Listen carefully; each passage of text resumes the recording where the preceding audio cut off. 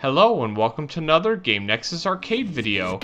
Today we're going to be taking another look at Tekken 3, released in 1997 on the Namco System 12 arcade hardware. And as you can see, just like I had shown last time in my video 5 years ago, all of the characters in this game are fully unlocked, and there's no need to let them get time released. But what I figured this time is, since last time I didn't have my HD capture equipment, I would do some actual capture of Tekken 3, since 5 years ago when I released the last video of this game, it was all done as, you know, the camera focused on the monitor. And now the interesting thing that a lot of people don't realize with Tekken 3 is that, as opposed to Tekken 1 and 2 that pretty much like happened not too long after one another, Tekken 3 is one of those games that's like 20 years later. So basically a lot of the characters are either older, like in the case of Heihachi, or they're like the sons or daughters or some descendants of the characters from the original 2 Tekken games. So like for instance, Law here is actually the son of Law from the first Tekken games. He's Forest Law, which is the son of Martial Law in the first Tekken games. So even though he pretty much looks like the same character, they just play it off that way. Round 1. And the funny part is, I don't know if I'd mentioned this in my other Tekken videos, but Law is supposed to be a character that's kind of like Bruce Lee, and then Lei here is kind of a character who's like Jackie Chan. And now, one of the big differences that I mentioned in a lot of my videos is that the Namco System 12 hardware is kind of a souped-up PlayStation spec, whereas the Namco System 11 was the standard PlayStation spec. So this hardware is able to have full 3D backgrounds, whereas the PlayStation version, since of course, you know, PlayStation runs on a standard PlayStation spec, is does like a Virtual Fighter 2 with the backgrounds on Sega Saturn, and has them like flattened out. So if you're used to the PlayStation version of Tekken 3, and you look at this gameplay footage in these videos, you'll notice that everything just looks a bit sharper, character models are a bit more detailed, and everything just looks much better, because similar to how Namco System 256 was the souped-up PlayStation 2 spec, compared to Namco System 246 that was like a standard out-of-the-box PlayStation 2 spec, this just has a bit extra power that your standard PlayStation doesn't have under its hood. And just like in a lot of my Tekken videos, the Ling Xiaoyu costume that I'm using here is her Round 1. basic bonus costume. So when you press the start button, you actually get this costume instead of just her regular costumes that she would have.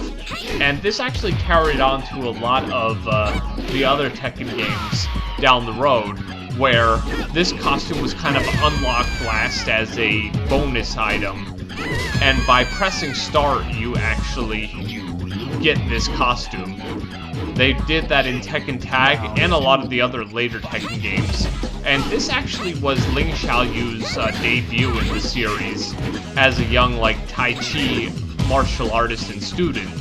And then her classmate, Jin, is actually the son of Kazuya Mishima, and he has the same like little bonus as well. If you unlock that costume and press start, he'll actually be in his school outfit, and you can play in the school outfit in that game.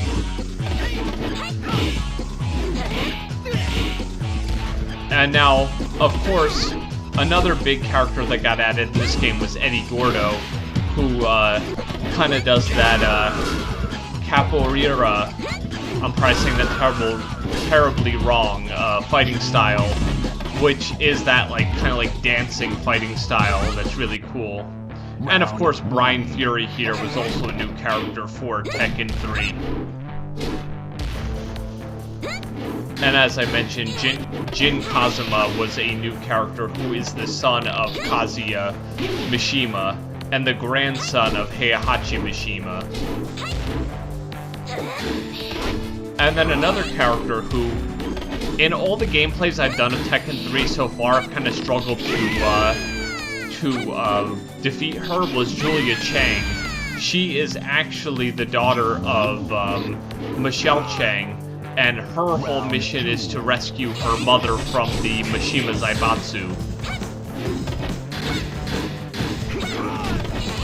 And a cool thing is, in the console version of this game, Nina's sister Anna was actually made into a fully playable character, whereas in the arcade version here, Anna's actually just a palette swap, and she plays exactly the same as Nina, with no difference other than the way she looks.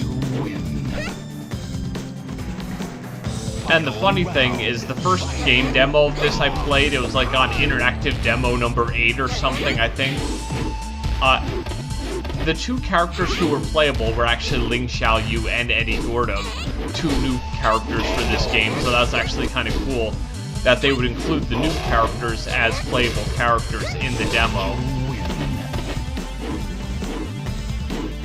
And not to make it look like I'm too good, but of course, like usual, I cut out all my losses, which I'm decent with Ling Xiaoyu, but I'm not the best. So most of the characters I lost at least once or twice. With the aforementioned Julia Chang, I lost a few times to her. So, like, that was a lot of time of having Julia beat me up and defeat me every time.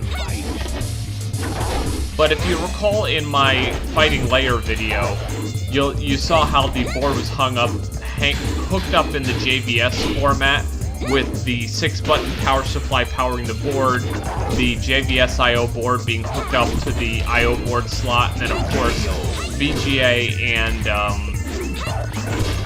composite audio coming off of the board into the video converter.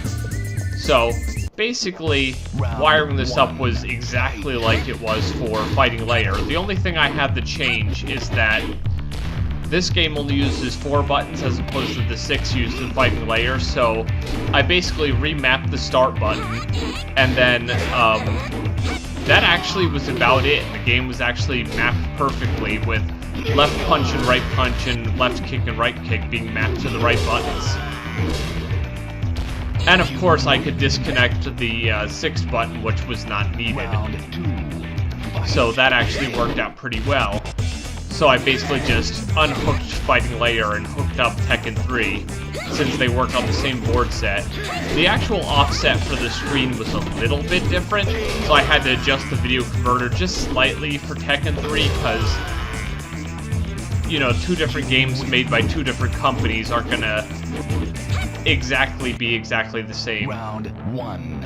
And now one thing you'll actually notice there is that, unfortunately, in this version of the game, Panda actually doesn't have her own portrait in the versus screen, whereas I believe that was another thing that was actually fixed in the console version. But as you saw, it actually had the picture of Rikuma in the versus screen instead of showing Panda, but it still said Panda, which was actually pretty cool.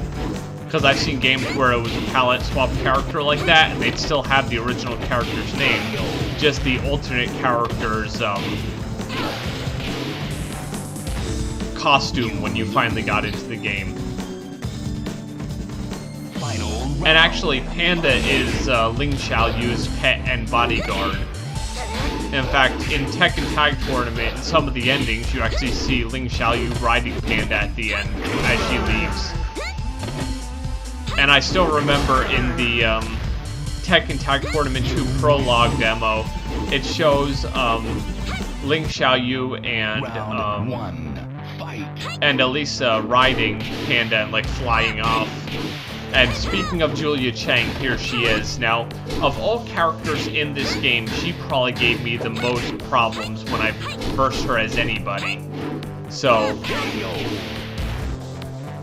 the funny thing is, even more than Heihachi, who's the, like, sub-boss of this game, but Julia Chang, since she always appeared in either Stage 6, Stage 7, or Stage 8, and that means, like, she has the highest difficulty next to Heihachi, depending on what position she shows up, she always just ended up giving me a lot of trouble.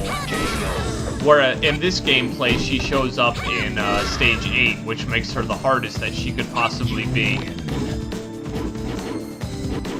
And if you look carefully at that time during this whole gameplay, it will increase as each round goes by, so it's not like I'm trying to hide anything like I was really good at this game or something, but yeah, that's that.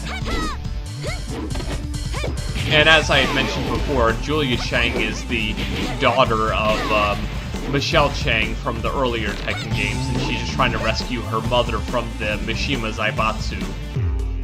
Round 1, fight. And since Julia Chang was in Stage 8, and Heihachi's always in this same stage, that's why these two stages were the same level over and over again. And as you can see, Heihachi took me a lot of time to beat because I believe at the end of Julia's stage I was at like 17 minutes, and now at the end of Heihachi's stage, I'm more like at 29 minutes, so it took me a decent amount of time to defeat this guy. And the one thing I always overstress is that the home version of Tekken 3 is a good version of this game, don't get me wrong. It's just that the arcade version just has much better graphics in general, but the game still plays about the same in the home. And now here is your final boss, which, the funny thing is, with Julia and Heihachi giving me so much trouble, Ogre and True Ogre never really gave me a lot of trouble, per se. Because the funny thing with both of them is, even though both Ogre and True Ogre hit pretty hard, they don't have, like, enough fast moves to really compete with a character who, as I would say, has fast moves. Now here's your little cutscene. Round 2, fight. And then, of course, Ogre turns into True Ogre, which is basically this giant monster thing. And that's why I'll always say that Night Terror from Soul Calibur 3 looks like Nightmare and True Ogre kind of combined. And if you look at True Ogre here, you'll see exactly what I mean, because it's like just a big monster thing. And Night Terror just kind of looks like a big monster knight, basically, with, like, transparent wings. And the good thing about True Ogre is if you don't get hit too much, you can usually take him out without too much trouble, as you can see from what I just did there. And the funny thing is, what you saw with Ogre and True Ogre there was actually no continue between beating Heihachi and then facing Ogre and True Ogre, so that was all just one continuous clip with no edit points. And it was one of those things, like, I was like, oh, well, Heihachi gave me so much trouble, now the true ending bosses are gonna truly beat me up, and I was very surprised that I was able to get through them without much trouble. Flashing back to Kazuya and Devil from Tekken 2, like, I can remember when I played that game for the arcade video, it just took forever to get through the bosses. So it was actually pretty nice not having trouble with the bosses. And just like in a lot of the classic Tekken games, it just shows you how you defeated all the characters in the game. Which is kind of cool, because you can see if, like, you relied on a certain move all the time, or if you did it pretty dynamically. And then, of course, the final battle with True Ogre is always showing no background, because True Ogre has so many more polygons, and therefore takes so much more to render such a big character. But that was one more look at Tekken 3 on the arcade captured. And if you join me in my next video, you actually see me play this game as Jin in his school outfit. Well, this has been another Game Nexus arcade video, and I'll see you later. Bye.